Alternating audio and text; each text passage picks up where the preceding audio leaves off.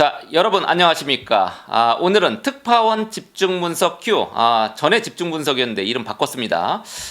그 새로운 이름을 달고 일본 경제 또 증시에 대해서 알아보는 시간을 갖겠습니다. 일본 증시는 한국 투자자 입장에서 상대적으로 관심이 적은 곳이었는데요. 의외로 글로벌 투자자들은 일본에 많은 관심을 쏟고 있습니다. 투자은행 모건 스탠리가 9월에 앞으로 일본 증시에 눈을 돌려라 라고 추천도 했습니다. 자, 니케이 지수의 지난 10년간 상승률 3배가 넘었습니다. 미국, 세계에서 이제 상승률, 지수 상승률 가장 빠른 게 이제 S&P 500 지수였는데 이것보다는 살짝 낮았지만 유럽이라든지 기타 개도국의 웬만한 증시 상승률을 훨씬 앞선 그런 성적이었고요. 일본이 잃어버린 20년, 또 30년 뭐가 맞는지는 잘 모르겠습니다. 일단 극복하고 있다고 그런 얘기가 나오는 배경이 되겠습니다. 정영효 도쿄 특파원과 얘기를 나눠보겠습니다. 자, 정 특파원, 지난 1일 중의원 선거에서 자민당이 압승했다, 이런 소식이 나왔죠. 그런데 그날 니케이 지수가 하루에 2.6%나 뛰었습니다. 여당 승리를 호재로 받아들인 것 같은데 특별한 이유가 있는지 설명을 좀 해주시죠. 네, 먼저 지난달 31일 치러진 일본의 제49회 중의원 총선에서 자민당은 전체 465석 가운데 261석을 얻는 승리를 거뒀습니다. 연립여당인 공명당도 32석을 얻어서 두 연립여당이 전체 의석의 63%인 293석을 차지하게 됐습니다. 말씀하신 대로 지난 4일 기시다 후미오 자민당 총재가 제100대 일본 총리에 취임했을 때만 해도 니케이 225 지수가 약 10% 급락하면서 기시다 쇼크라는 말까지 나왔는데요. 총선에서 승리한 직후에는 니케이 지수가 2.6% 올랐습니다. 일본 언론들은 허니문 랠리가 뒤늦게 시작됐다라는 평을 내놓고 있습니다. 사실 1990년 이후 실시된 10차례의 총선 가운데 자민당이 단독 과반 의석을 차지한 5번은 모두 선거 이후 주가가 상승했습니다. 이번에도 이 법칙이 적용이 된 건데요. 자민당이 단독 과반을 차지를 하면 총리가 자신의 간판 정책, 대체로 경제 성장과 관련된 정책이죠. 이 정책들을 마음껏 펼칠 수 있기 때문에 이에 대한 기대로 지수가 오른다는 분석입니다. 자민당이 이번에 얻은 261석은 절대 안정 의석이라고 불리는데요. 중의원 산하 17개 상임위원장을 여당이 독식하고 모든 상임위에서 과반을 차지할 수 있는 의석수입니다. 말 그대로 기시다 하고 싶은 대로 다 할 수 있는 의석수인 거죠. 당장 일본 정부는 이달 중순 수십조엔 규모의 추가 경제 대책을 발표할 계획입니다. 기시다 총리도 기시다 쇼크를 걷어내기 위해서 관리를 열심히 했습니다. 총리에 취임했을 때 주가가 급락한 것은 부유층의 금융소득에 세금을 더 많이 걷어서 분배정책의 재원으로 사용하겠다라는 발언 때문이었는데요. 선거 기간 동안 기시다 총리는 분배라는 단어를 최대한 아껴서 전통적인 지지층의 표가 떨어지지 않도록 관리했습니다. 네, 기시다 총리 그렇게 당선이 됐군요. 자, 그런데 일본 선거를 보면 항상 헷갈립니다. 미국이 이제 상하원 양원제 채택하고 있는데 일본도 이제 양원제 아닙니까? 중의원 있고 참의원 있고 그게 어떻게 다른지 평소 이게 좀 궁금했고요. 또 얼마마다 선거를 치르는지 이것도 좀 궁금합니다. 총리는 또 왜 그렇게 자주 바뀌나요? 우리 정치권에서 할 얘기는 아닐 것 같긴 한데 일본도 정치 선진국은 아닌 것 같다, 이런 생각이 듭니다. 네, 말씀하신 대로 국민은 인류, 정치는 삼류라는 말이 굉장히 잘 적용되는 나라가 일본이라고 일본인 스스로도 그런 얘기를 자주 하는데요. 말씀하신 대로 일본은 참의원과 중의원의 양원제를 채택하고 있습니다. 법안을 위반할 때 중의원에서 통과시킨 법안을 참의원이 최종 비준하는 구조여서 한국에서는 참의원을 상원, 중의원을 하원에 곧잘 비교를 하는데요. 실제 위상은 오히려 중의원이 더 위입니다. 단적으로 역대 일본 총리 가운데 참의원 출신이 단 한 명도 없었습니다. 일본은 의회 다수당 대표가 총리가 되는 의원 내각제를 채택하고 있지 않습니까? 이때 총리를 선출하는 의회가 중의원이기 때문에 중의원의 위상이 더 강하다고 볼 수 있습니다.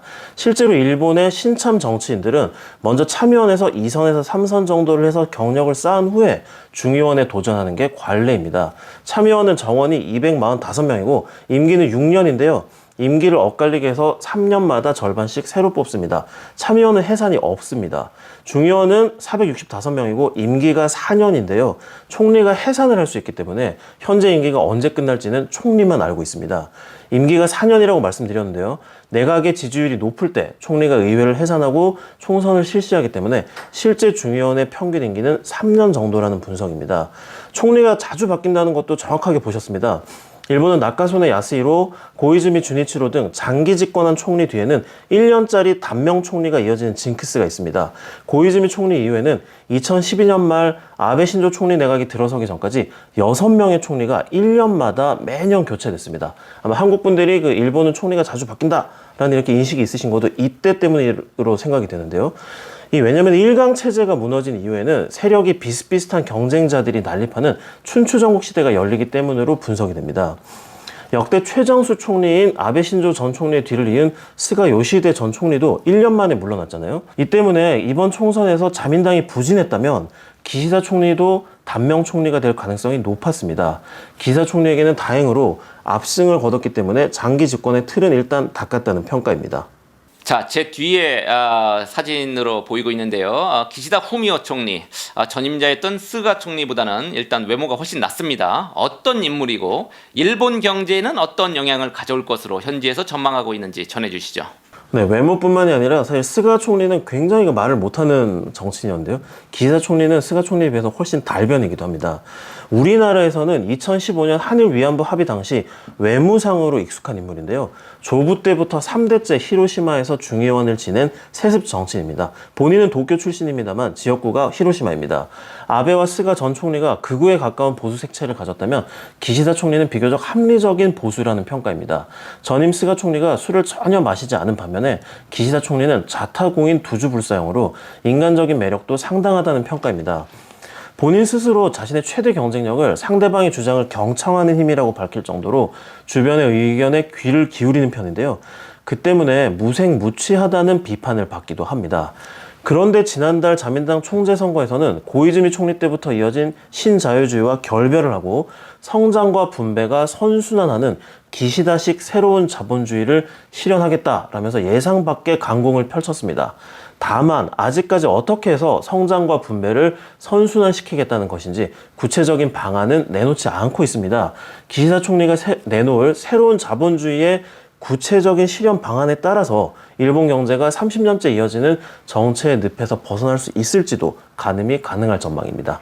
자, 기시다 총리가 이달 중순에 경제 대책을 제대로 정리해서 발표하겠다 이렇게 이제 발표했다고 하는데 현지에서는 어떤 계획들이 담길 것으로 보고 있나요? 네, 기시다 총리가 공약으로 내건 수십조엔 규모의 추가 경제 대책이 이달 중순 발표되는데요. 간판 정책인 성장과 분배가 선순환하는 새로운 자본주의의 구체적인 실현 방안이 처음 공개되는 자리이기도 합니다. 비정규직 근로자와 여성, 육아세대, 학생에 대한 경제적인 지원을 강화하고 임금을 인상하는 기업에 세제 혜택을 부여하는 등의 분배 정책이 발표될 전망입니다. 간호사와 복지시설 근로자, 어린이집 선생님에 대한 처우 개선 등도 포함될 전망입니다. 임금을 적극적으로 올리는 기업에 세제 혜택을 주는 방안을 제외하면은 대체로 구조를 바꾸기보다는 그냥 현금을 퍼주겠다는 정책인데요. 이 때문에 기시다식 분배 정책이 제대로 돌아갈지에 의문스러워하는 목소리도 커지고 있는 게 사실입니다. 자, 정특파원이 최근 한국 언론 최초로 도쿄 증권거래소 방문했었죠. 부럽습니다. 네네. 그 도쿄나우 동영상에서 소개한 영상 잘 봤고요. 상장사 중에서 주가 순자산 비율, 우리 PBR이라고 하죠. 1배도 안 되는 기업이 절반에 달한다. 이렇게 이제 그 영상에서 소개를 했던데, 그럼 그만큼 저평가된 기업이 많다는 뜻일 수도 있을 것 같습니다. 현지 투자기관들 어떻게 보고 있는지 설명해 주시죠. 네, 일단 일본의 GDP 경제 규모는 미국의 25% 정도밖에 안 되는데요. 일본 증시에 상장된 기업의 숫자는 미국과 비슷한 4,000개나 됩니다.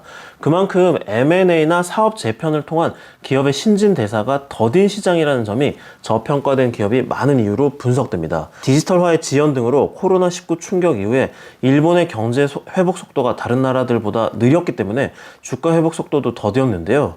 이 때문에 거꾸로 일본 증시가 이제부터 미국 등 주요 시장 주요국 시장을 따라서 본격적으로 상승할 것이다 라는 전망이 많아진 게 사실입니다. 7년 가까이 일본 주식을 순매도했던 글로벌 투자 자금이 올해 중반부터 일본 주식을 순매수하고 있는 데서도 일본 증시에 대한 관심을 알 수 있을 것 같습니다. 다만 변수가 하나 있는데요.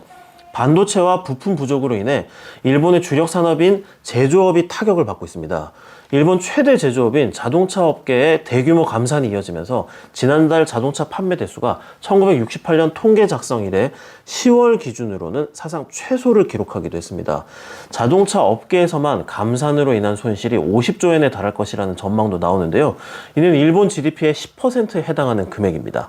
네, 엄청나군요. 알겠습니다. 세계 최대 자산운용사죠. 블랙락. 이 회사에서 일본 주식이 상대적으로 저평가됐다. 또 올해 하반기 기업 실적이 일본 기업입니다. 개선될 것이다. 그러면서 이제 매수 의견을 냈습니다. 마침 기시다호가 출범하기도 했고 또 글로벌 자산 배분 관점에서라도 일본 증시를 한번 들여다보셔도 좋을 것 같습니다. 이상으로 특파원 집중 분석 Q 마치겠습니다. 자, 정특파원 수고하셨습니다. 감사합니다. 네, 감사합니다.